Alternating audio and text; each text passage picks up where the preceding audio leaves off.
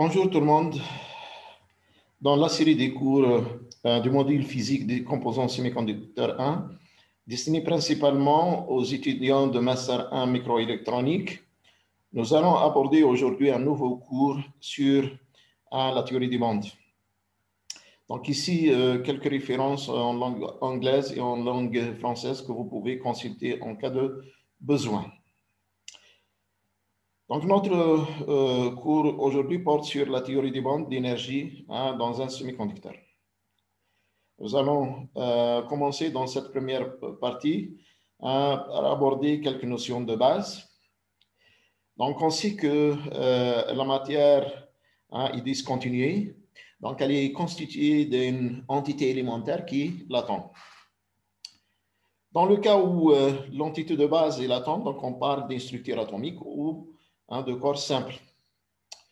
Au contraire, si l'unité de base est un groupe d'atomes, on parle des structures moléculaires ou corps composés. Les atomes et les molécules, bien sûr, comme toute autre particule à l'échelle microscopique, obéissent à des lois physiques différentes de celles qu'on applique au corps à l'échelle macroscopique. Donc, les atomes et les molécules ou toute autre particule microscopique obéissent à une théorie plus générale appelée la mécanique quantique. À ceci dit, donc, on peut considérer que la mécanique classique est la limite vers laquelle tend la mécanique quantique à l'échelle macroscopique. Cela veut dire que la mécanique quantique a été mécanique plus générale, donc elle englobe la mécanique classique. Lorsque les ondes interagissent avec la matière, ils peuvent se comporter dans certains cas comme des corpuscules, c'est le cas de l'effet photoélectrique. De même, des corpuscules, par exemple les électrons, ils peuvent se comporter comme des ondes, comme c'est le cas dans la diffraction d'un faisceau d'électrons sur un cristal. Donc, ces deux aspects complémentaires de corpuscules et d'ondes, d'ailleurs, qui ne peuvent pas avoir lieu en même temps, donc, sont connus sous le nom de dualité onde-corpuscule. Ceci dit, donc, on peut dire qu'en mécanique quantique, la particule ne peut être ni une particule ni une onde, mais elle peut avoir l'un ou l'autre de ces deux comportements, et ce selon les conditions de la situation dans laquelle elle se trouve. Dans ce contexte, pour généraliser ce qui a été dit pour les ondes, donc de Broglie, à la lumière de cette dualité onde-corpuscule, donc il a généralisé le comportement ondulatoire. Il a appliqué aussi au corpuscule. Et par conséquent, si un corpuscule a une quantité de mouvement P, donc, elle va avoir une longueur d'onde donnée par cette relation de Broglie. Et lambda est égal à H sur P, où H, c'est la constante de Boltzmann, qui vaut 6,62 10-34 joules seconde. Ici, une illustration de l'expérience de Davisson et Germain, où un faisceau d'électrons qui tombe sur un cristal de nickel, et à la sortie, on a des franges qui montrent que les électrons montrent bien un comportement ondulatoire. Ici, un type cathodique où les électrons montrent un comportement corpusculaire. Donc, tout dépend. Il y a des situations où les électrons montrent un comportement ondulatoire et dans d'autres cas où ils montrent un comportement corpusculaire. De même pour les ondes, dans le cas de la diffraction de rayon X par un cristal, donc on se trouve avec un comportement ondulatoire. Par contre, dans le cas de l'effet quantum, donc un photon qui interagit avec un électron. Donc, ici, le photon a un comportement corpusculaire. Donc, aussi, les ondes peuvent se comporter comme des ondes ou comme des corpuscules, tout dépend de la situation.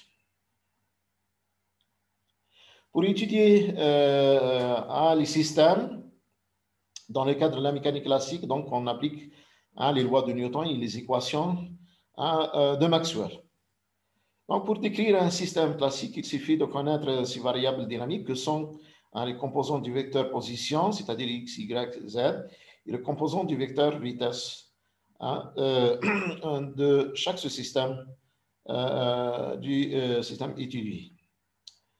Dans le cas où le système contient des charges électriques, il faut donc aussi déterminer les composants du vecteur champ électrique et du champ magnétique en appliquant les équations de Maxwell.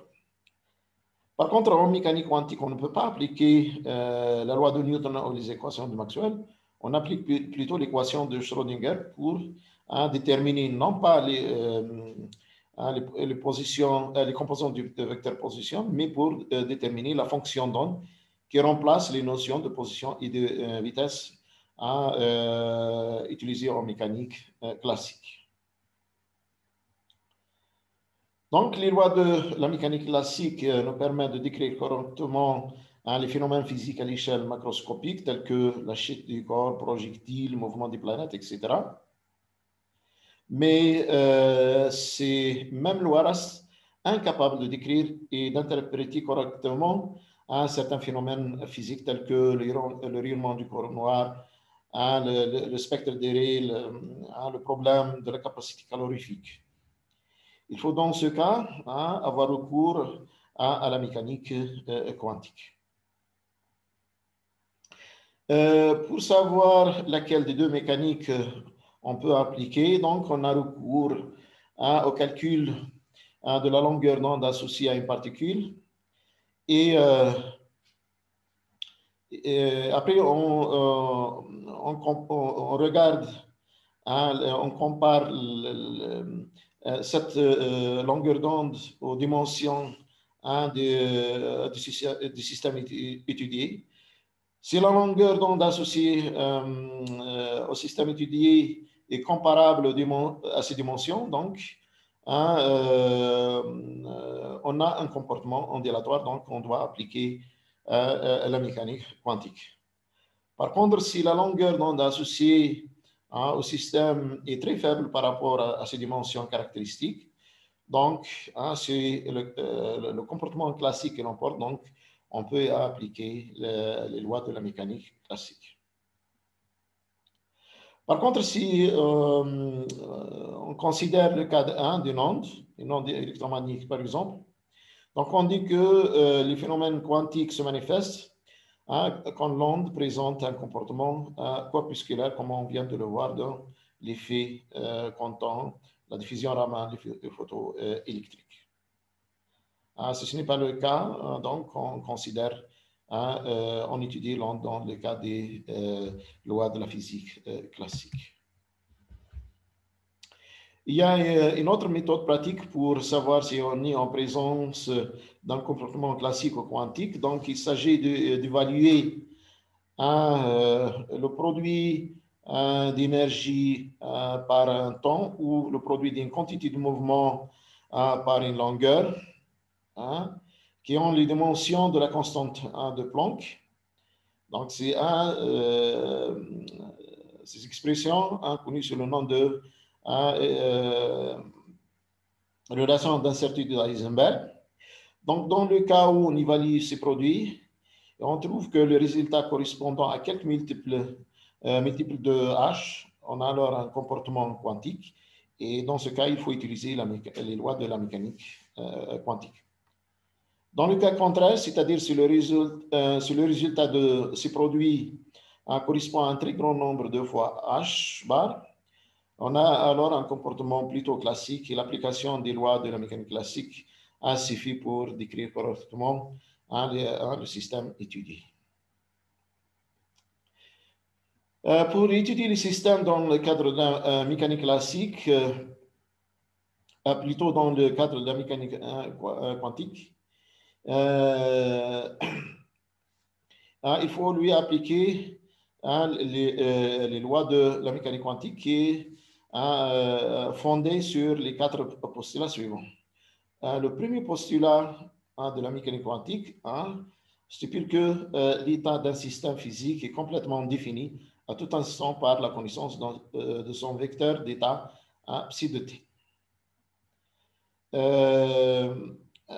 Donc, ici, par analogie à la mécanique classique, on voit que la notion de vecteur position et de vecteur vitesse est remplacée par un vecteur d'état qui est un objet mathématique défini dans un espace appelé espace de Hilbert. Et ce vecteur d'état contient toutes les informations sur le système. Le deuxième postulat stipule que qu'il faut associer à toute grandeur physique un opérateur arithmétique appelé observable. Dans le résultat de l'application de cet opérateur, la fonction d'onde, donc il nous donne la valeur propre de l'opérateur. Donc, on constate ici, à la différence de la mécanique classique, où l'on manipule directement les grandeurs physiques, que ces dernières sont remplacées par des opérateurs qui sont des opérations mathématiques, qui peuvent être des dérivations, des intégrations, des multiplications. Donc, ces opérateurs agissent sur le vecteur d'état ou la fonction d'onde pour avoir la valeur moyenne de la grandeur concernée. Le troisième postulat nous donne l'évolution au cours du temps du vecteur d'état qui est gouverné par l'équation de Schrödinger dépendante du temps qui est donnée par cette expression. Donc, I h bar, la dérivée par rapport au temps de la fonction d'onde du vecteur d'état qui est égal à l'opérateur H, qui est l'opérateur hamiltonien de l'énergie, à part la fonction ou le vecteur d'état. Donc, si on compare avec la mécanique classique, nous avons ici quelque chose qui ressemble à la deuxième loi de Newton ou aux équations de Lagrange ou celle de Hamilton. Donc, c'est l'équation fondamentale de la mécanique quantique. Le postulat 4, il nous donne les opérateurs de base qui sont ceux les opérateurs correspondant à la position et les opérateurs correspondant aux composantes de la quantité de mouvement. Donc, les opérateurs position sont simplement X, Y, Z. Donc, on multiplie directement par ces 3 opérateurs. Par contre, les opérateurs correspondant aux composantes de la quantité du mouvement, donc, ils sont donnés par ces. Donc, il faut dériver dans chaque cas selon la composante par rapport à la variable X ou Y ou Z, multiplié par A moins et H bar.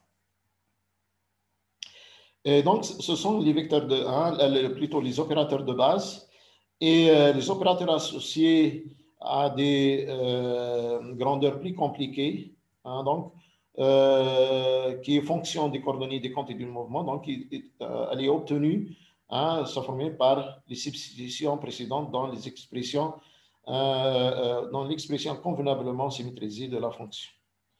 Donc, en s'appuyant sur, connaissant la fonction donnant la grandeur et en s'appuyant sur ces opérateurs de base, donc, on arrive à donner l'opérateur de la grandeur qui a une expression relativement compliquée.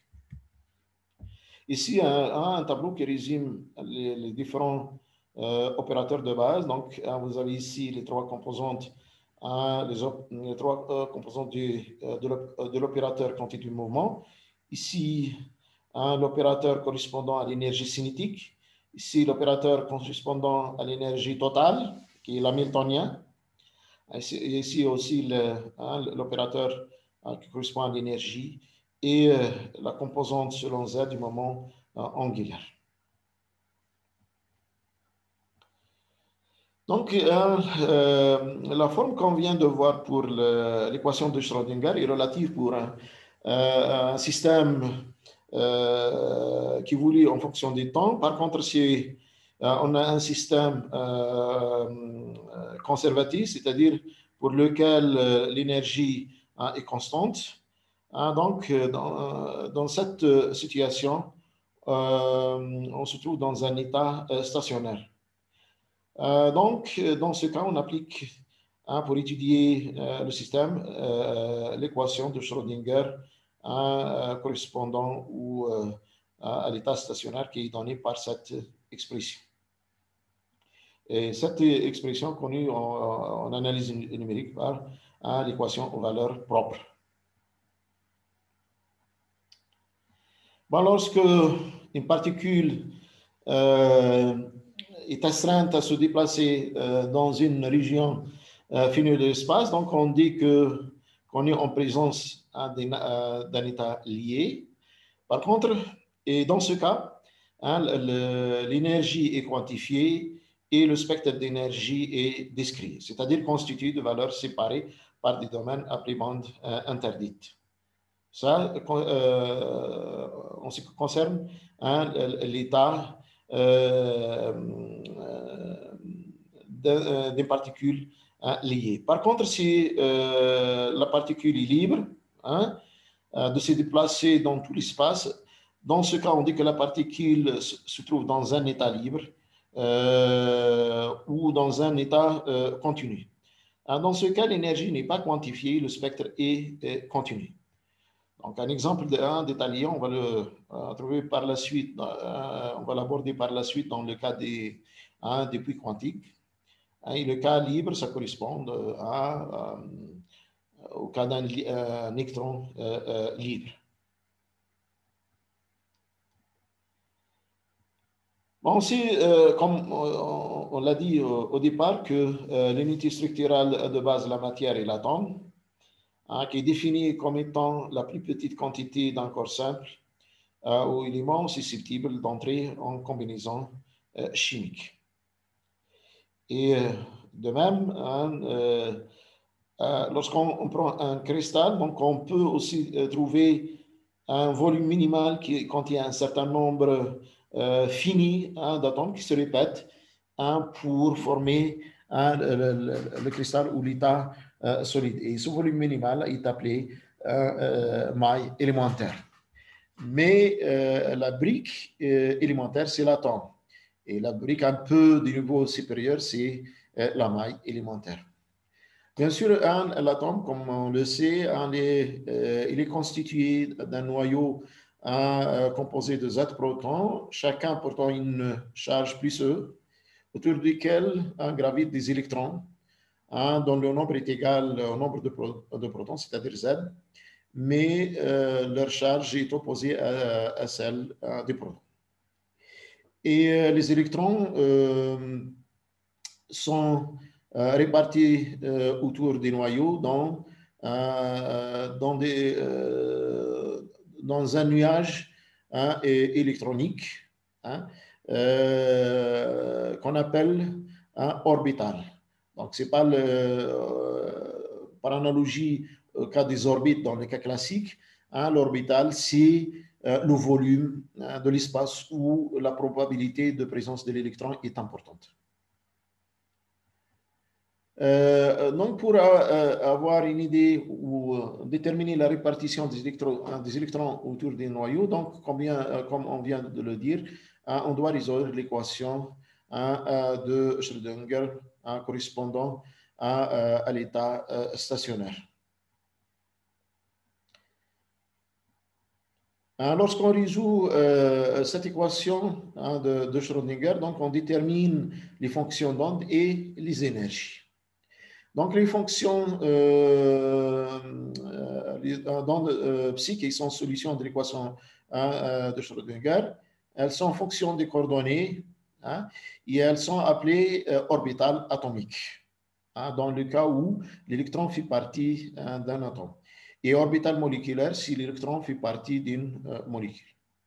L'orbital atomique, comme on le voit ici dans les différents cas, hein, donc c'est la région de l'espace où l'électron a une grande probabilité de s'y trouver ici. Donc, vous voyez, il y a des orbitales, hein, des régions sphériques, hein, des régions sous forme de deux lobes et des régions hein, dont la forme est plus compliquée. Donc, ici, un résumé hein, des différentes orbitales. Donc, vous avez l'orbital S qui a une symétrie sphérique, les orbitales de type P qui sont sous forme de deux lobes étendus selon l'axe X ou Y ou Z. Les orbitales de type D et F dont la forme est plus compliquée comparée à la forme des orbitales S et P. Donc, ces orbitales ont été mises en évidence par la microscopie de photoionisation. Donc, lorsqu'on excite des atomes d'hydrogène soumis à un champ électrique par un rayonnement laser, donc on arrive à ioniser ces atomes et les électrons donc sont dirigés par le champ électrique à travers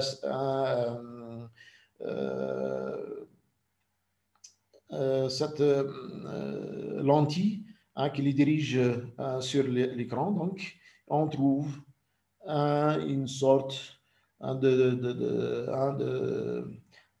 d'orbital ici qui est mise en évidence par cette microscopie. Donc, pour décrire l'état des différents électrons, donc, les chimistes ont défini 4 nombres quantiques. Le nombre quantique n, appelé nombre quantique principal, correspondant aux valeurs possibles de la distance au noyau. Il définit aussi les différentes couches, KLM, NO, à partir de la couche interne qui est K, correspondant à la première couche correspondant à la valeur n est égal à 1. Le deuxième nombre quantique est le nombre quantique azimutal correspondant aux valeurs possibles du moment angulaire L de l'électron par rapport au noyau. Et donc, les nombres quantiques n prennent toutes les valeurs entières de 1 jusqu'à des valeurs supérieures. Par contre, concernant les valeurs de L, pour un n donné, les valeurs de L varient de 0 à n-1.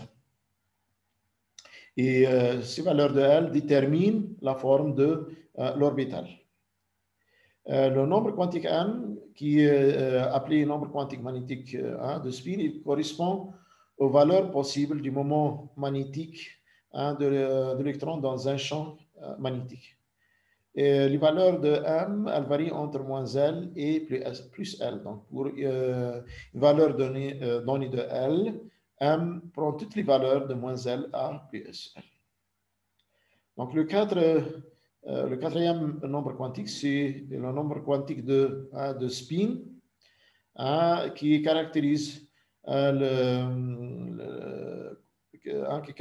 le mouvement de rotation de l'électron autour de lui-même. Ce nombre S ne peut prendre que la valeur S étant donnée, mais sa projection, c'est-à-dire la projection du moment de spin, MS, peut prendre les valeurs plus ou moins n2. Donc ici, les différentes orbitales avec les différentes valeurs possibles. Par exemple, pour n est égal à 1, et L donc, ne peut qu'être égal à 0, et le m ne peut prendre que la valeur 0. Donc, dans ce cas, vous avez une seule orbitale de type S. Pour n est égal à 2, donc elle peut prendre la valeur 1 ou la valeur 0. Pour L est égal à 0, donc m est égal à 0. Donc, on se trouve avec l'orbital de type S. Par contre, pour L est égal à 1, donc le m, il prend toutes les valeurs de moins 1 à plus 1. donc vous avez 3 orbitales de type P, et ainsi de suite. Donc, à chaque fois, il y a l'ajout d'autres types d'orbitales. Les différentes couches correspondant aux différents nombres quantiques n. Donc, pour n est égal à 1, donc c'est la couche K qui est la couche la plus proche du noyau. Pour n est égal à 2, vous avez la couche L qui peut accueillir 8 électrons, alors que la couche K ne peut accueillir que 2. Pour n est égal à 3, donc vous avez la couche M dont la capacité d'accueil est 18 électrons.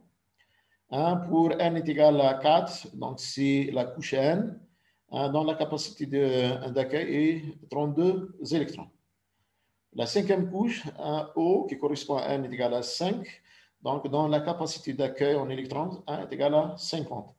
Pour n est égal à 6, donc c'est la sixième couche en OTP, dont la capacité d'accueil en électrons est égale à 72. Pour n est égal à 7, c'est la couche Q, dont la capacité d'accueil en électrons est égale à 98. Donc ici, nous avons la répartition des électrons pour l'oxygène sur les différentes couches.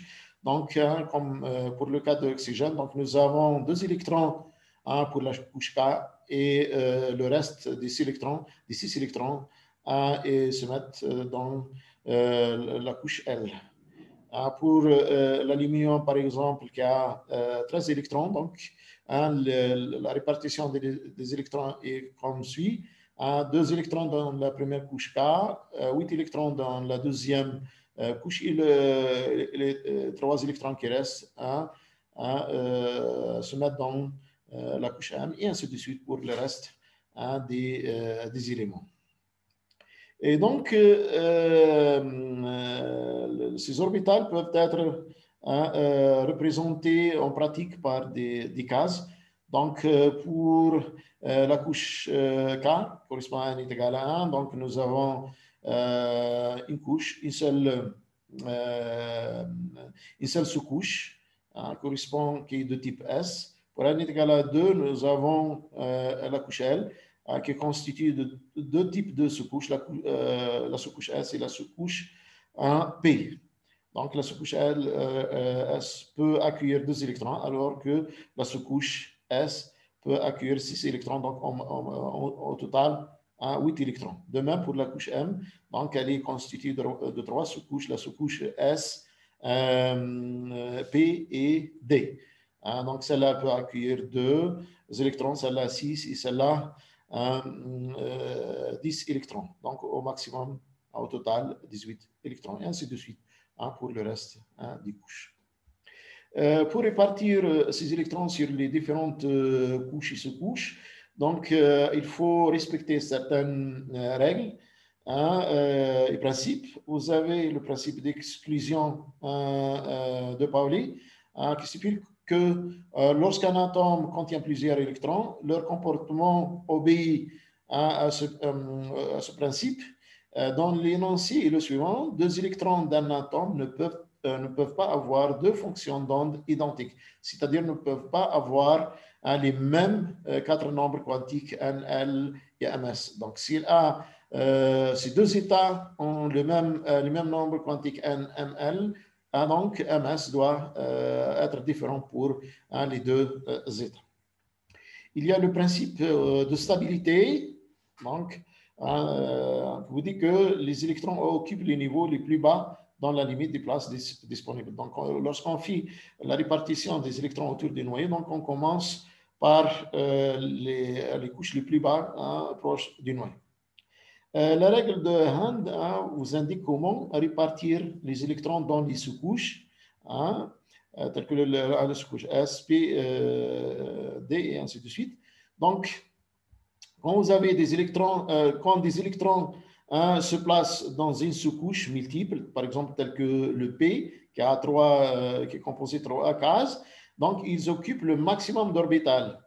Ici, c'est-à-dire si vous avez des électrons à répartir sur ces 3 cases, il ne faut pas saturer cette case avant de mettre dans la deuxième et la troisième. Donc, on met un électron ici et un autre là, et troisième ici. Ici, il nous reste des électrons. On revient à ce moment-là pour remplir cette couche avec un deuxième électron et ainsi de suite. Mais si on a, par exemple, deux électrons, il faut mettre un ici, un ici. Si on a trois, seulement, on met un ici, un ici, un ici. On ne met pas deux ici et un là.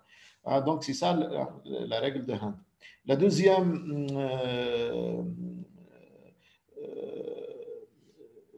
la deuxième partie de la règle de Hund, elle vous dit dans une même sous-couche des électrons célibataires ont des spins parallèles, c'est-à-dire de même valeur de ms. C'est-à-dire quand on met un électron ici, un autre ici, un autre là, quand ils sont célibataires, donc ils doivent être tous de même orientation.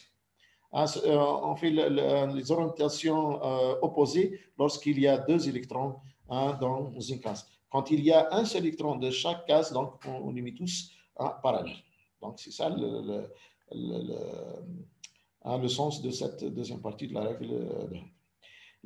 Pour la quatrième règle de Klashowski, on vous dit à quelques exceptions près, le remplissage des couches électroniques se fait dans l'ordre n plus L croissant. C'est-à-dire, lorsqu'on remplit les cases, on commence du plus bas niveau et on va dans le sens où la somme n plus L pour chaque case va dans le sens croissant.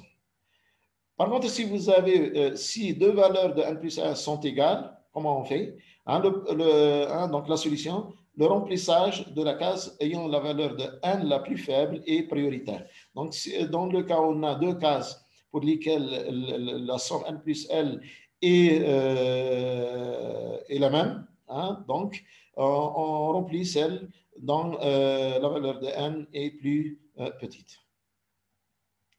Ici, donc, on a par exemple le cas du carbone, donc, pour lequel on insiste. Donc, on commence par les sous-couches les plus bas. Donc, on sature la première ici, la deuxième. Et quand on arrive ici, on ne sature pas selon la règle de Hund. Donc, on ne met pas les deux électrons dans cette case. Donc, il faut mettre tout d'abord ici, ici. Si on reste, on revient. Vous voyez ici, lorsqu'on a trois électrons, on ne met pas de ici à 1 et on laisse ce troisième vide, mais il faut tout d'abord mettre un électron dans chaque case. Ici, on reste, on revient, comme ici, pour l'oxygène. Donc, on a mis un électron ici, un électron ici, un électron ici, de même orientation, puisqu'il en reste un. Donc, à ce moment-là, on revient pour remplir cette première. Et on le voit ici pour le faire, par exemple. Vous voyez pour les couches les plus profondes, donc elles sont saturées. Quand on arrive à la dernière, donc, on met un de chaque dans chaque case. Si on reste, à ce moment-là, on revient pour saturer la première. Si on reste, la deuxième, et ainsi de suite. Bon, donc, après ces quelques notions de base à caractère général, donc, on va voir ce qui se passe un peu dans l'atome d'hydrogène, qui est l'atome le plus simple. Donc, l'atome d'hydrogène a été étudié par Bohr au départ. Donc, il a fait l'analogie avec le modèle planétaire de Kepler. Et en s'appuyant donc sur le modèle planétaire de Kepler et en imitant l'hypothèse d'orbite circulaire avec deux postulats. Le premier postulat, il vous dit que l'électron en mouvement autour du proton dans l'atome d'hydrogène ne peut avoir comme trajectoire que certaines orbites répondant à une relation de quantification du moment cinétique. C'est-à-dire, l'électron, selon le modèle de Bohr, tourne sur une trajectoire circulaire, mais pas n'importe quelle trajectoire, mais seulement les trajectoires circulaires pour lesquelles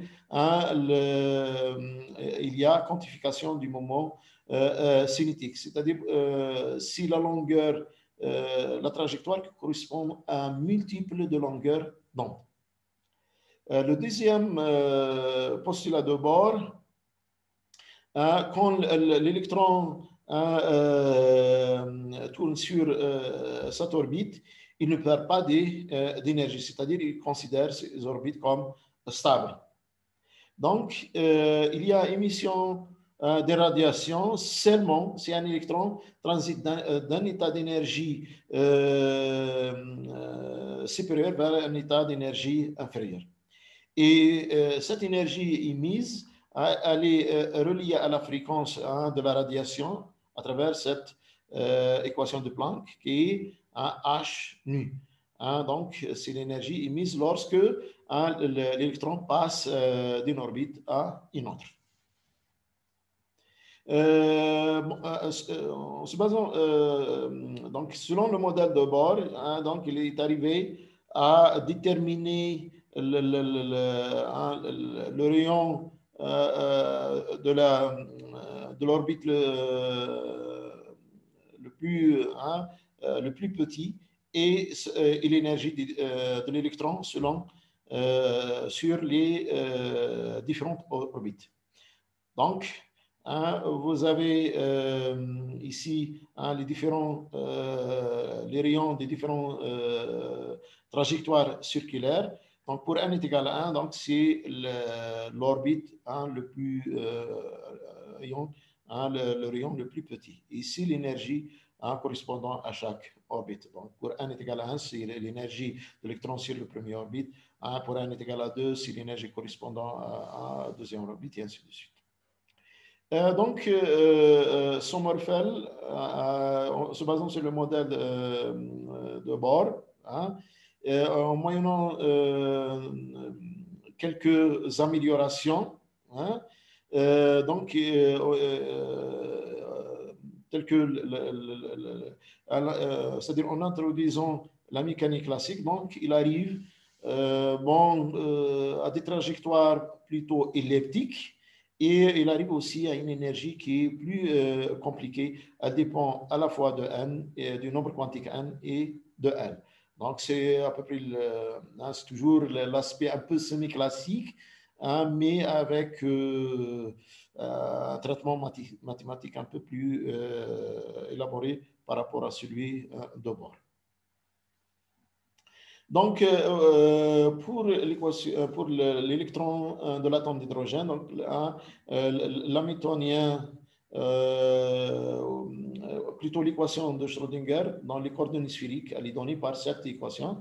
Donc, vous voyez, ça dépend de R, de θ et de phi, parce que dans les cas de coordonnées sphériques, la position peut être, c'est-à-dire la position des particules est déterminée par trois coordonnées R, θ et phi.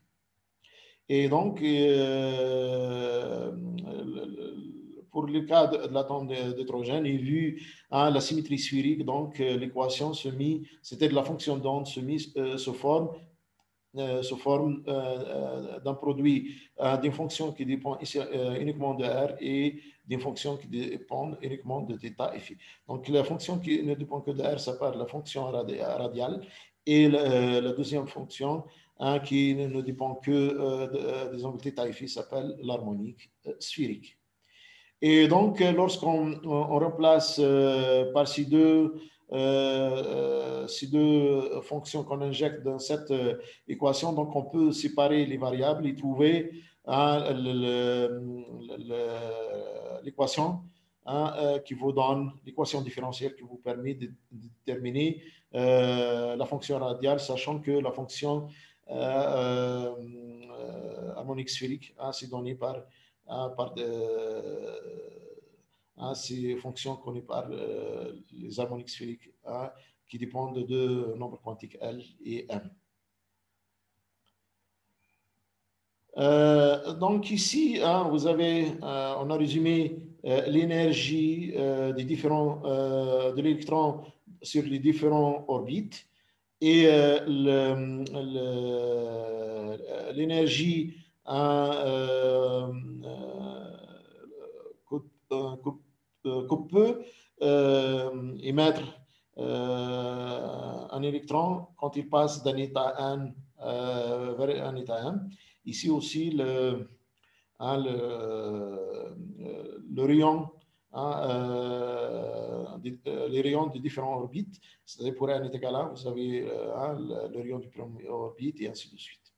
Et ça, c'est l'énergie du niveau le plus proche des noyaux qui est vers moins 13,6 électron-volts. Donc ici, les solutions de la fonction de l'équation de Schrödinger qu'on vient de voir, donc elle vous donne les fonctions d'onde correspondant aux différents états, c'est-à-dire différentes orbites. Et donc, vous voyez, ça dépend des coordonnées R, θ et phi. Et ici, les transitions possibles entre les différents niveaux. Ici, c'est la même chose, seulement la différence entre les deux diagrammes ici, c'est que dans ce cas, on a pris l'origine des énergies à l'infini, alors que dans ce cas, on a pris l'origine des énergies au niveau de la première couche. Et donc, vous avez les différentes transitions possibles lorsque l'électron passe d'un niveau à un autre. Pour maintenant introduire la notion de bande d'énergie, donc on va procéder par étapes.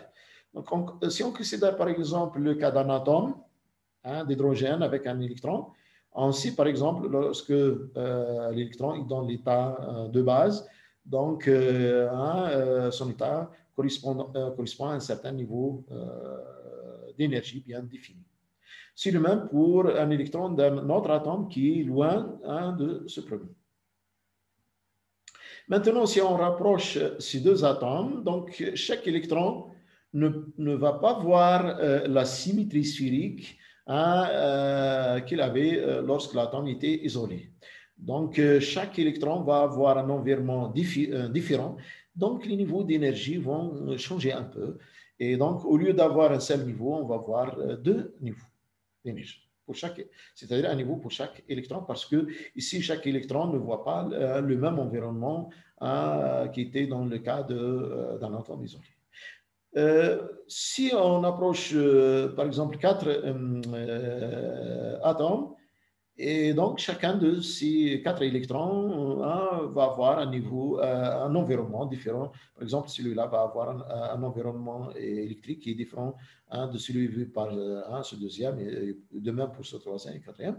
Donc, au lieu d'avoir un seul niveau, comme dans le cas d'un atome isolé, donc on va avoir 4 niveaux très rapprochés. Et là, donc, on commence à introduire la notion de bande d'énergie qui se manifeste lorsque on rapproche plusieurs atomes pour former un solide. Donc, la conclusion auquel on peut arriver, c'est que plus il y a d'atomes très proches, plus il y a de niveaux très proches, donc formation des bandes d'énergie. Et si on revient au cas de l'atome d'hydrogène, pour former la molécule d'hydrogène. Donc, l'électron qui était dans l'atome d'hydrogène, donc, il avait un niveau d'énergie bien défini. Lorsqu'on rapproche deux atomes d'hydrogène pour former la molécule d'hydrogène, donc, chaque électron va avoir un environnement différent, et donc, il va avoir deux niveaux. Et ici, ici, la fonction d'onde pour la molécule pour les deux électrons de la molécule d'hydrogène. Ici, on continue à amener plus d'atomes pour voir un amas d'atomes. Donc, on va voir donc, deux niveaux, trois niveaux, quatre niveaux qui sont très proches l'un de l'autre. Et finalement, lorsqu'on a un grand nombre d'atomes, donc on va avoir plutôt une bande que de niveaux discrets, comme c'était le cas d'un atome isolé. Si on prend aussi l'exemple de l'atome de carbone, l'atome de carbone, on a dit qu'elle possède 6 électrons. Donc, les deux premiers se mettent ici dans l'orbital NS, les deux autres dans l'orbital 2S et les deux qui restent dans l'orbital 2P. Et donc, les électrons, parce qu'on s'intéresse généralement aux électrons de la couche externe, qui est la couche L ici. Hein. Donc, ces deux électrons se trouvent dans l'état S, qui est en énergie ES, et les deux électrons se trouvent dans l'état P, qui est en énergie EP. Et donc, pour former une liaison entre deux carbones, donc, il y a hybridation entre ces deux sous-couches ici pour former un niveau hybride EH. Et après cette hybridation, donc, le premier atome de carbone hein, se lie avec le deuxième pour former la molécule de carbone. Et donc, on va avoir deux niveaux au lieu d'un seul niveau. Maintenant, si on rapproche davantage, c'est-à-dire un très grand nombre d'atomes de carbone pour former un cristal de carbone, donc ces deux niveaux qui étaient un D5 et dans le cas d'une molécule de carbone, donc vont se composer chacun de plusieurs niveaux très proches, donc ils vont se transformer en bandes d'énergie. Et donc, maintenant, lorsqu'on a un amas d'atomes, c'est-à-dire dans le cas d'un solide, on parle plutôt de bande d'énergie que de niveau d'énergie. Et on constate que les différentes bandes sont séparées par des zones qui ne sont pas accessibles par les électrons. Donc, c'est la raison pour laquelle on les appelle les bandes interdites. Ici, donc, on revient à ce qu'on vient de dire. Donc, lorsqu'on a des atomes, hein, par exemple, comme on vient de le voir pour le carbone, donc il y a un niveau E1 et un niveau E2 pour deux atomes. Plus on les rapproche et pour former le solide, donc ces niveaux éclatent et deviennent des bandes d'énergie, donc séparés par une distance énergétique qui n'est pas accessible par les électrons. Donc, pour simplifier un peu les choses, donc, on représente cette bande, la bande de bas et la bande de haut, par une bande rectangulaire comme ici. Donc, on prend le minimum de cette bande en bas et le maximum, donc on représente ici. Donc, ces énergies sont occupées par les électrons. De même, ici, on prend le minimum et le maximum qu'on représente ici. Et dorénavant, donc, on ne représente pas par des diagrammes compliqués comme ici, mais on se limite à une représentation simple comme ici.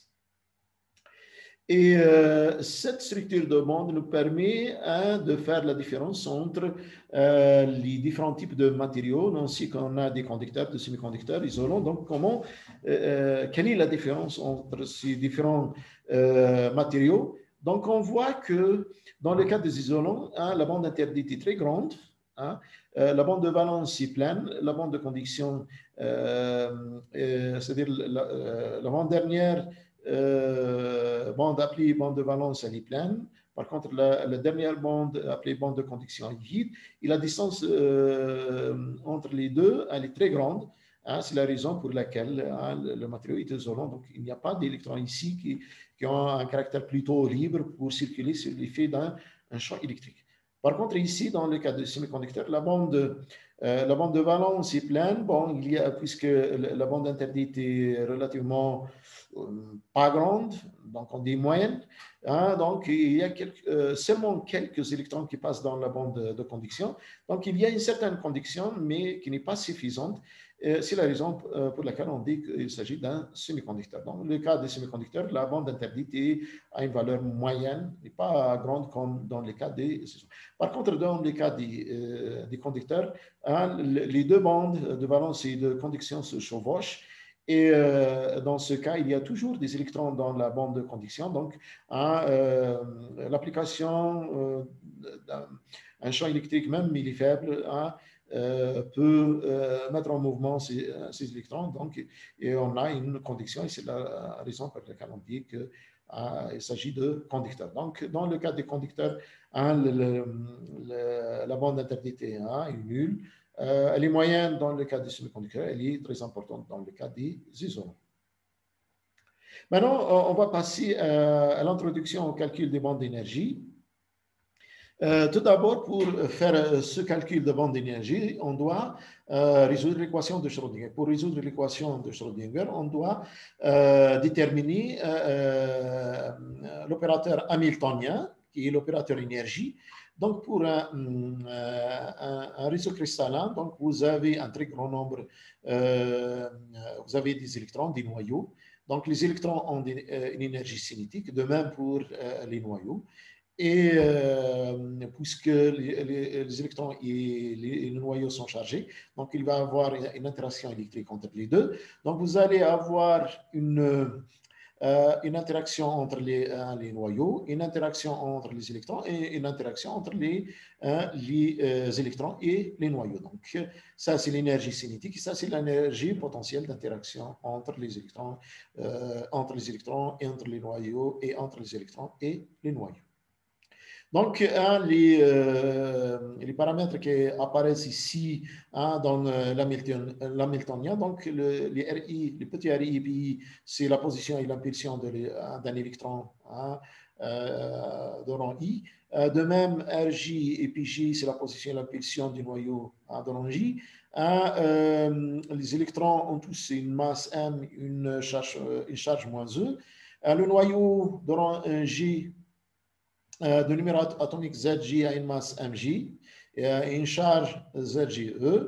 Donc, on différencie un peu les noyaux parce que le cristal peut être composé d'atomes différents, comme le cas, par exemple, de l'arsenure de gallium. Bon, on voit ici qu'on a un terme un demi ici, un demi ici, alors qu'il n'existe pas dans ce troisième terme, le coefficient un demi, qui existe dans ces deux termes ici, mais il n'existe pas dans ce dernier. La raison est que pour, ce terme un demi,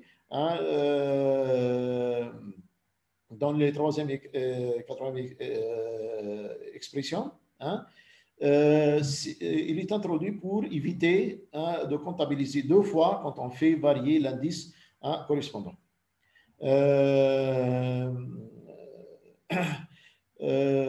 Parce que lorsqu'on fait, varier l'indice I, on dit par exemple, on calcule l'interaction entre le premier électron et le deuxième, après le premier, le troisième, le premier, le quatrième. Et quand on passe à l'indice, deuxième indice, c'est-à-dire 2, on va compter de nouveau entre 1 et 2. Donc, à chaque fois, on compte, quand on fait varier l'indice, on compte deux fois. Et c'est la raison pour laquelle on met un demi ici, un demi ici, un demi pour les électrons, un demi pour les noyaux. Par contre, ici, c'est entre les électrons et les noyaux, donc il n'y a pas ce problème. Donc, on le laisse tel qu'il est ici.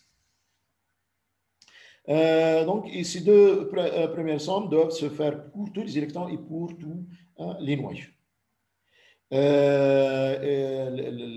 Par contre, ici, pour les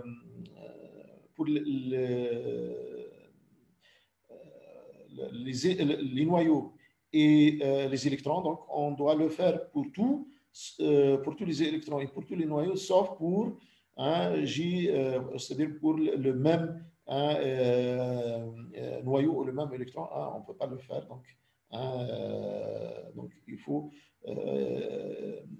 éliminer le cas où I est égal à I', et J est égal à J'. Donc, un électron ne gît pas sur lui-même et un noyau ne gît pas sur lui-même aussi. Donc, une fois l'hamiltonien est déterminé, donc on doit résoudre l'équation de Schrödinger. Donc, on va écrire cette équation en valeur propre. Donc, on voit que la fonction d'onde dépend de la position des électrons et des noyaux. C'est une équation en valeur propre, donc qui permet d'obtenir la fonction d'onde et l'énergie des cristaux. La résolution de cette équation pour un cristal n'est pas possible Parce que, hein, vous savez, 1 cm3 pour le silicium, il contient environ 5 par 10 puissance 22 atomes. Donc, il est impensable de résoudre cette équation pour un tel nombre de particules. Et c'est la raison pour laquelle donc, on va utiliser des modèles d'approximation. On va commencer par le premier modèle d'approximation. C'est qu'on on va séparer les électrons. On a dit que les électrons, il y a les couches qui sont saturées, les couches internes qui sont saturées. On dit que ce sont les électrons du cœur. Il y a la dernière couche qui généralement n'est pas saturée. On les appelle les électrons de valence.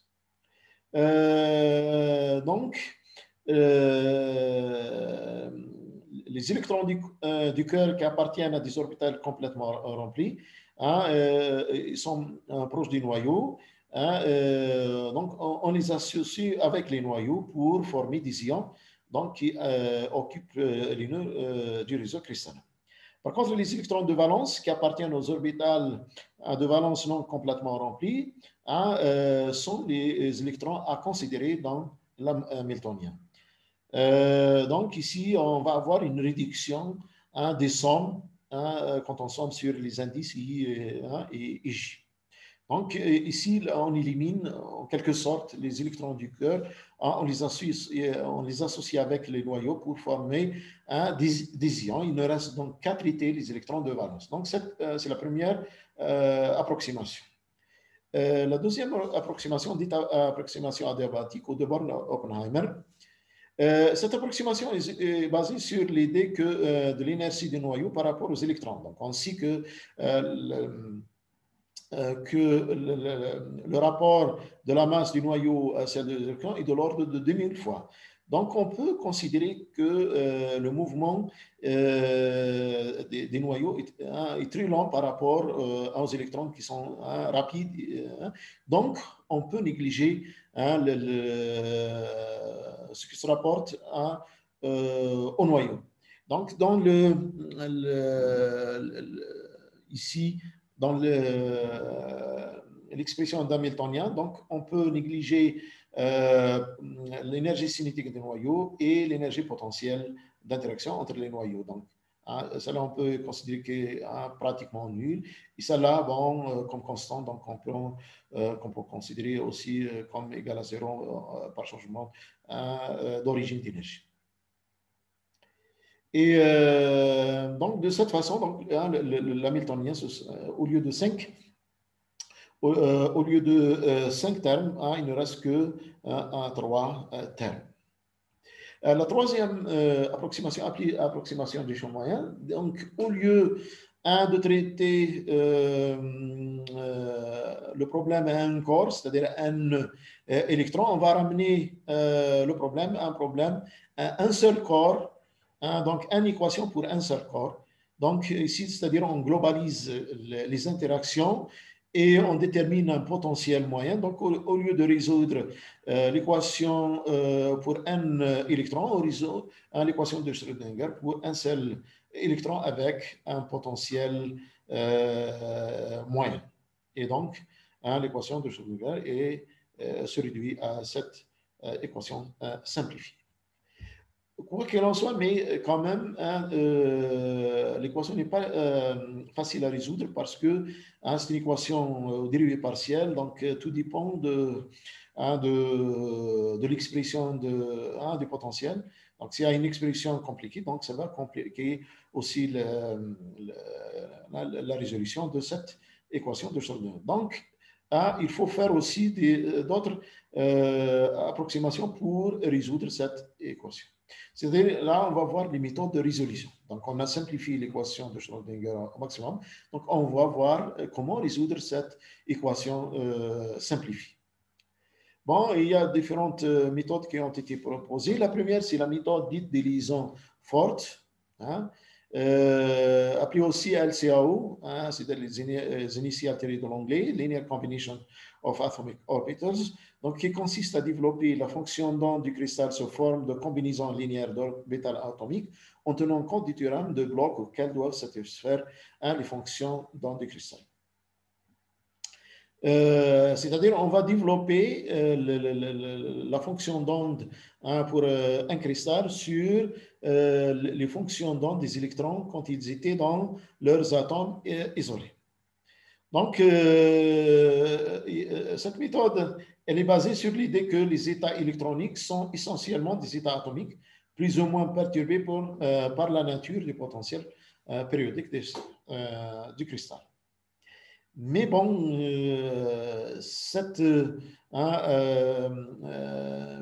méthode de résolution peut être acceptée pour certains types d'électrons et non acceptée pour d'autres. Donc, on peut dire qu'elle est adaptée au calcul des énergies des bandes profondes correspondant aux états du cœur, parce que les états du cœur ne sont pas bien la perturbation dans le cas d'un cristal, mais cette technique est moins adaptée au calcul des bandes associées aux états de valence. Elle n'est pas adaptée au calcul de la bande de conduction parce que pour les électrons de la bande de conduction, ils sont beaucoup à l'environnement, donc elles sont trop perturbées, donc on ne peut pas les développer sur les fonctions, sur les états électroniques des atomes. Et la deuxième méthode, dite méthode d'élision faible, donc appelée aussi méthode OPW, Orthogonalized Plane Waves. Donc, elle considère qu'à l'opposé de la méthode LCAO, les états électroniques dans le cristal sont essentiellement des états de l'électron libre plus ou moins perturbés par la périodicité du potentiel du cristal. C'est-à-dire, on considère que les électrons se comportent comme des électrons libres qui sont perturbés un peu par le potentiel périodique du cristal. Donc, on développe ici la fonction d'onde des électrons dans le cristal sur la base des fonctions d'onde des électrons libres, c'est-à-dire des ondes planes. Mais vu les deux de base sur lesquelles est fondée cette méthode, on peut dire que cette méthode est adaptée au calcul relatif à la bande de conduction, parce que les électrons de la bande de conduction, on peut les considérer comme, avec une bonne approximation, comme des électrons libres, donc on peut leur associer à des ondes planes. Elle est moins adaptée pour les électrons de la bande de valence et pas du tout pour les électrons, pour les états, c'est-à-dire pour les électrons des cœurs. Il y a d'autres méthodes pour résoudre l'équation de Schrödinger. Il y a une méthode des pseudo-potentiels qui arrive en fin de compte à un calcul, qui revient en fin de compte à faire un calcul de perturbation. Il y a une autre méthode appelée EPW, Augmented Plane Waves, qui nécessite des techniques numériques très sophistiquées, des machines puissantes pour effectuer les calculs lourds correspondant à cette situation compliquée. Donc, ce sont les trois méthodes retenues pour résoudre l'équation de Schrödinger pour les électrons d'un cristal.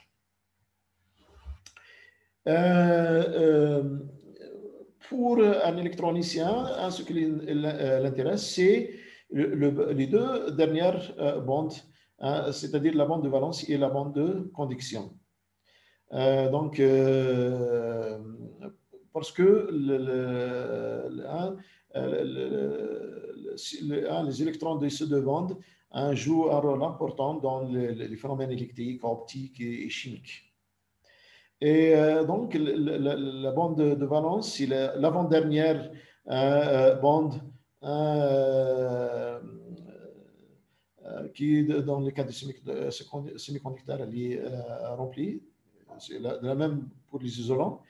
Et la bande de conduction qui, pour les isolants et les semi-conducteurs, elle est en général inoccupée, c'est-à-dire vide. Et la distance entre le minimum de la bande de conduction et le sommet de la bande de valence s'appelle la bande interdite. Hein, c'est elle qui fixe certaines les propriétés électriques optiques hein, du semi-conducteur qu'on va voir par la suite. La bande interdite, bon, on utilise aussi le terme anglais, le gap. Hein, la gap, c'est la bande interdite. Donc, cette bande interdite on peut trouver deux situations. Hein. Il y a une situation où le maximum de la bande de valence et le minimum de la bande de conduction hein, sont l'un au-dessus de l'autre, c'est-à-dire correspondent aux mêmes valeurs du vecteur d'onde. Dans ce cas, on dit un gap direct parce que l'électron, quand il passe du sommet de la bande de valence au minimum de la bande de conduction, donc il monte directement. C'est le cas ici de l'arsenure de gallium. Par contre, le silicium, on voit que le sommet de la bande de valence et le minimum de la bande de conduction sont décalés l'un par rapport à l'autre. Et on dit que dans ce cas, il s'agit d'un gap indirect. Hein. Donc, ici, c'est un gap direct, ici, un gap indirect. Et on verra par la suite l'effet du fait que direct ou indirect, hein, quelles conséquences sur les propriétés du matériau. Donc, la bande interdite, le gap, il dépend de paramètres essentiels, la température et la composition chimique. Bien sûr, la composition chimique pour les matériaux composés. Donc, la température est un paramètre essentiel. Il influe beaucoup sur le gap ou la bande interdite. Donc, vous voyez par exemple ici pour le germanium, à 0 degré K, hein, le gap est de 0,75 électronvolts. Par contre, à 300 K, c'est 0,66. De même, pour le silicium, à 0 degré K, c'est 1,16 et pour 300 K, c'est 1,12. Hein, pour le GAS, à 0 degré K, c'est 1,52 et 300, 1,43. Donc, on voit que le gap diminue quand la température augmente. Et l'origine hein, donc le gap diminue quand la température augmente. Et l'origine de cette décroissance hein, du gap est due à la dilatation thermique et aux vibrations du réseau. Donc, il y a dilatation, quand la température s'élève, donc il y a dilatation du matériau, donc il y a changement de la distance, donc aussi modification de l'énergie de potentiel et par conséquent l'énergie du gap. De même, pour les vibrations des réseaux qui dépendent de la température, hein, donc, elle affecte aussi la position moyenne des atomes, donc la distance, et c'est la raison pour laquelle la température influe hein, sur le gap.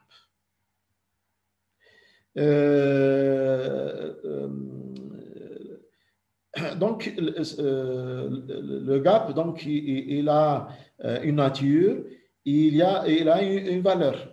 Donc, la valeur du gap et sa nature, hein, elle gouverne les performances électroniques et optiques hein, du dispositif électronique à base hein, du matériau semi-conducteur. Hein. La valeur du gap, donc, hein, elle fixe la température maximale hein, de fonctionnement. C'est-à-dire, si vous prenez par exemple le cas de germanium, hein, quand on va au-delà de 85 degrés, hein, donc le silicium perd son individualité et perd son caractère, c'est-à-dire semi-conducteur. Et la diode ou le transistor perd ses performances. Il peut même être défectueux à la fin. Hein. Par contre, par exemple, le silicium, hein, il peut résister jusqu'à 150 degrés. Et c'est la raison pour laquelle on utilise plus le silicium. Et par contre, pour des composants qui fonctionnent dans des conditions sévères, telles que les têtes de forage, on préfère utiliser des semi-conducteurs à grand gap tels que le carbide de silicium qui a un grand gap d'énergie. Ça concernant la valeur du gap. Donc, la valeur du gap fixe la température maximale de fonctionnement du composant à base du matériau semi-conducteur considéré.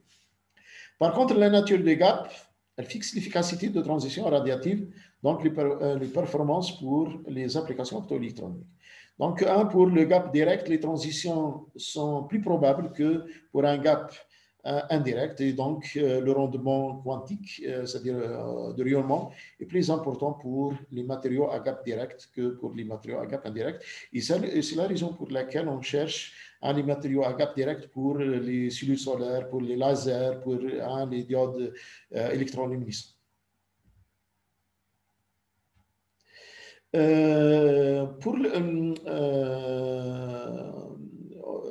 Lorsqu'on a traité, lorsqu'on a abordé le premier cours sur l'introduction à la cristallographie, donc on a vu, on a défini la maille élémentaire de Wegener-Seitz dans l'espace réel, et on a dit que pour étudier les propriétés des cristaux à l'aide de rayons X. Donc, on préfère projeter la maille directe dans l'espace réciproque.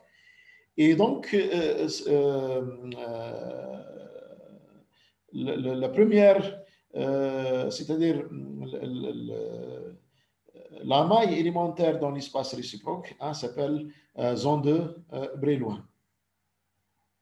Donc, on peut la définir de la même façon pour de la méthode, de la même façon pour déterminer la maille de Wegener-Seitz, c'est-à-dire on prend un nœud origine et on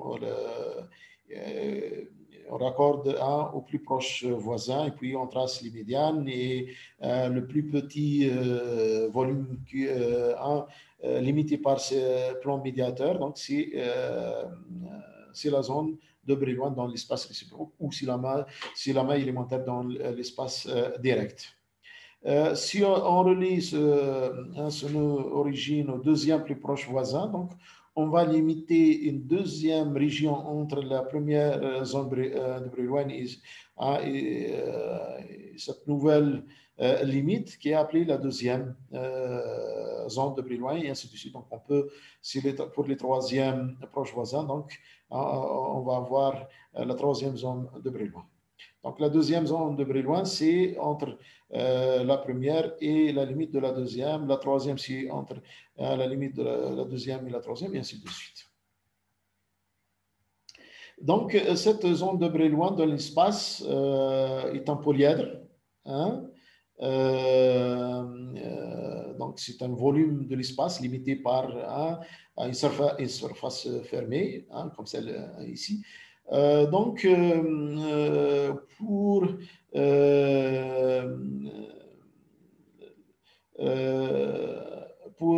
étudier un peu les propriétés des semi-conducteurs, donc on définit certains points particuliers et certaines directions. Donc, si on prend le centre, le nœud au centre ici qu'on a appelé comme origine pour former cette zone de Brillouin, donc on trace les axes X et Y. Donc, le point d'intersection avec des axes avec le polyèdre s'appelle les points X. Les points d'intersection de la direction ici du point gamma selon la direction 1 s'appelle le point K, et le point d'intersection de la direction ici du point gamma dans la direction 1 s'appelle le point L. Et la direction selon X, Y, Z s'appelle la direction delta, la direction selon 1, 0, c'est la direction sigma, et la direction selon 1, 1, 1, c'est la direction lambda. Et donc, ces points et ces directions sont pris comme points standards pour pouvoir comparer entre les différents calculs effectués par différents groupes. On a vu que lorsqu'on projette une maille ou bien un réseau cristallin direct dans l'espace réciproque, on trouve aussi un réseau réciproque qui a aussi une symétrie proche ou similaire à la symétrie dans dans l'espace réel. Et cette symétrie, on essaie d'en tirer profit. Donc, elle joue un rôle important et permet de simplifier les calculs des bandes d'énergie. Comme l'étude se fait généralement dans l'espace réciproque ou l'espace de Fourier, donc, vu cette symétrie et cette périodicité dans l'espace réciproque, donc on préfère ramener l'étude à la première zone de Brévin dans la symétrie du point de sel du cristal d'origine. Donc ici, c'est le résumé des directions et des points d'origine et les lignes et les points d'arrivée. Donc, vous avez le point de départ, c'est toujours le point gamma. Donc, pour la direction 1, 0, 0, c'est la ligne delta. Pour la direction 1, 1, 0, c'est la ligne sigma. Et pour la direction 1, 1, c'est la ligne lambda. Et donc, le point d'intersection de la ligne delta avec le polyèdre, c'est-à-dire la limite de la première zone, c'est le point X. Le point d'intersection de la direction sigma avec la première zone de Brévin, c'est K. Et l'intersection de cette direction avec toujours la limite de la première zone, c'est le point L. Qu'on vient ici, un peu plus clair. Donc, on essaye, comme on l'a dit dans l'étude des cristaux dans l'espace direct, donc on essaye toujours de tirer profit de la symétrie. Donc, parce que la symétrie nous permet de déduire pas mal de propriétés sans avoir recours au calcul. Par exemple, lorsque vous avez deux vecteurs d'onde K et K', qui sont équivalents, donc dans ce cas, vous pouvez déduire que l'énergie au point K et au point K' est la même. Donc, si vous avez deux directions équivalentes, donc selon deux vecteurs dans des directions différentes, mais équivalentes, donc l'énergie au point K et au point K' est la même. Aussi, on peut simplifier un peu les fonctions d'onde en tenant compte des propriétés de symétrie du cristal. Par exemple, la probabilité de transition entre des états quantiques de symétrie différentes s'annule. Donc, on sait que si on traite la transition entre des états quantiques de symétrie différente, donc on sait que la probabilité de transition est nulle, donc ce qui nous permet de déduire des règles de sélection pour cette transition interdite. En plus, on sait qu'il y a de la symétrie, donc il y a périodicité des réseaux, donc le potentiel est périodique. Donc on peut utiliser le théorème de Bloch pour simplifier la recherche des solutions de l'équation de Schrödinger. Donc on peut considérer que la solution de l'équation de Schrödinger d'une particule qui est placée dans un potentiel périodique, c'est de la forme d'une onde plane par un paramètre ici qui dépend de la périodicité du cristal. Bon, dans l'étude des matériaux semi-conducteurs, et notamment lorsqu'on on utilise ces notions de bande d'énergie dans l'étude des composants à base de matériaux semi-conducteurs.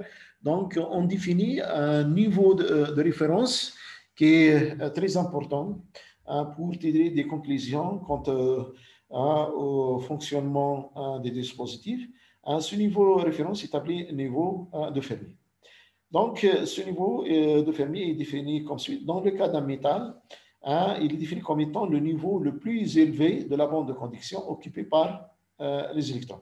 Et son énergie, dans le cas de modèle simplifié, elle est donnée par cette expression. Donc, on constate que ce niveau dépend de la concentration des électrons. Par contre, dans un solide, autre que le métal, il est défini comme étant le niveau d'énergie électronique quantifié dans la probabilité d'occupation par un électron calculé par la statistique de Fermi-Dirac est égale à 1,5. Donc, ici, pour simplifier un peu les choses, on va essayer de le voir ici sur le diagramme. Donc, on a dit que pour un métal, le niveau de Fermi, c'est le dernier niveau occupé par les électrons. Par contre, pour les semi-conducteurs, c'est un niveau qui est dans la probabilité d'occupation calculée par la statistique de Fermi-Dirac qui est égale à 1,5. Donc, pour les semi-conducteurs intrinsèques, le niveau de Fermi se trouve ici au niveau la température ambiante, se trouve ici au milieu de la bande interdite. Et donc, il monte, il descend selon la température. Il monte, il descend aussi en fonction du dopage. Pour le dopage de type N, il monte ici au voisinage de la bande de conduction. Et pour un dopage de type P, il descend ici au voisinage de la bande de valence. Et quand on a un fort dopage, c'est-à-dire quand on a un semi-conducteur dégénéré, donc le niveau de Fermi il pénètre ici dans la bande de conduction pour le semi-conducteur de type N et il pénètre dans la bande de valence pour les semi-conducteurs de type P. On va introduire une notion nouvelle qui est la notion de masse effective. Cette notion intervient dans l'étude des semi-conducteurs parce que dans le vide, on sait qu'un électron a une masse petit m. Et donc, si cet électron qui dans le vide, on lui applique un champ électrique, les équations du mouvement vont faire intervenir la masse de l'électron M, de l'électron qui est la masse M, qui est une grandeur scalaire. Par contre, dans le cas d'un cristal, donc l'électron se déplace dans un environnement où il a l'influence des autres électrons et des autres noyaux. Donc, la situation n'est pas pareille comme dans le cas d'un électron libre. Et dans ce cas, on considère que l'électron a une masse différente appelée, notée M étoile, appelée masse effective, dont la valeur elle diffère de celle de l'électron libre. Elle peut être positive comme elle peut être négative et elle peut aussi être tensoriale et non pas une grandeur scalaire.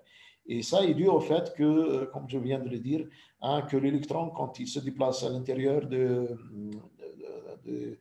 du cristal, donc il voit un environnement électrique compliqué, donc il ne faut pas s'attendre à une situation pareille qu'un électron libre. Et des calculs sur les bandes d'énergie montrent que la masse effective est reliée à la concavité de la bande d'énergie. Et donc, elle est donnée comme l'inverse de la masse effective de l'électron, c'est 1 sur h bar carré, la dérivée seconde de l'énergie par rapport au vecteur. Donc, on considère, plutôt on constate que d'après cette définition, la masse effective est reliée à la courbure de l'énergie au voisinage du minimum, par exemple de la bande de conduction ou du maximum de la bande de valence. Et cette courbure, comme on le sait d'après la physique des solides, elle représente la rigidité dans le cas d'un oscillateur harmonique. Et donc, elle est grande si la masse effective est petite et vice-versa.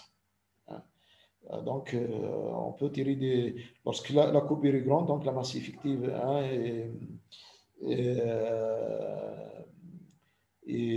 grande. Par contre, si la courbure est faible, donc on va avoir des masses qui ne sont pas comme dans le cas des courbures grandes. Bon, comme on va avoir besoin des rayonnements, on va les utiliser dans l'interaction entre les interactions avec les matériaux semi-conducteurs ou avec les composants. Donc, il est bon de jeter un coup d'œil sur les rayonnements. Donc, un rayonnement est défini comme étant le transport d'énergie de quantité de mouvement dans le vide ou dans un milieu matériel. Donc, c'est la raison pour laquelle, puisqu'il transporte de l'énergie, donc on voit que le rayonnement qui vient du Soleil, il amène de la chaleur vers la Terre. Bon, donc, concernant le rayonnement du point de vue nature, on peut les classer en deux catégories. Le rayonnement ondulatoire, c'est-à-dire qu'ils n'ont pas de masse, qui ne sont pas de masse, tels que les rayons lumineux, les rayons X, UV, visibles. Donc, ces rayonnements sont de nature électromagnétique et n'ont pas de masse, donc leur transport ne s'accompagne pas d'un transport de masse. Par contre, dans le cas d'un rayonnement corpusculaire, comme un faisceau d'électrons, un faisceau de protons, de neutrons, d'ions, dans ce cas-là, les entités qui forment notre rayonnement, elles sont dotées d'une masse M. Donc lorsqu'il y a un rayonnement qui passe d'une source à un autre point de l'espace, donc il y a un transfert de masse. Les rayonnements, les paramètres qui caractérisent un rayonnement sont la longueur d'onde dans l'unité, dans le système international, le mètre, mais le mètre est très grand, notamment pour les rayonnements utilisés dans l'étude des cristaux. Donc, on préfère utiliser les sous-multiples tels que l'angstrom, le nanomètre, le picomètre, et ainsi de suite. Ici, aussi, il y a la fréquence, qui est le nombre de périodes par seconde, donc dans l'unité et le Hertz. Le Hertz est une unité faible par rapport aux fréquences à l'échelle microscopique, et c'est la raison pour laquelle on préfère utiliser des multiples tels que le mégahertz, le gigahertz, le terahertz, et ainsi de suite. On a dit que le rayonnement est le transport d'énergie, donc un rayonnement a une énergie. L'énergie, son unité dans le système international est le joule, mais pour les rayonnements, le joule est une quantité importante, donc on préfère utiliser l'électron-volt ou s'y multiplier sous multiple.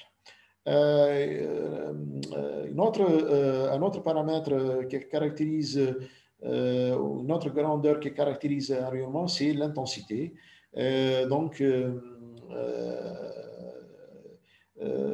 Qui est définie comme étant l'énergie traversant l'unité d'angle solide par unité de temps lorsque le rayonnement part d'un point considéré par plutôt d'une source considérée comme ponctuelle vers un détecteur. Donc, et l'unité de l'intensité, généralement, c'est le watt par stéradion. Donc, vous avez ici quelques relations de base à utiliser pour estimer la longueur d'onde, qui est un paramètre important à l'échelle microscopique. Donc, pour le rayonnement électromagnétique, on utilise cette expression qui vous donne la longueur d'onde d'un angstrom quand on divise 2400 sur l'énergie des électrons, l'énergie des électrons en électron-volts. Par contre, pour ici, plutôt l'énergie de rayonnement électromagnétique. Par contre, pour les électrons, donc, on trouve l'énergie, la longueur d'onde d'un angstrom quand on divise 12,26 sur l'énergie cinétique des électrons en électron-volts. Ça, c'est pour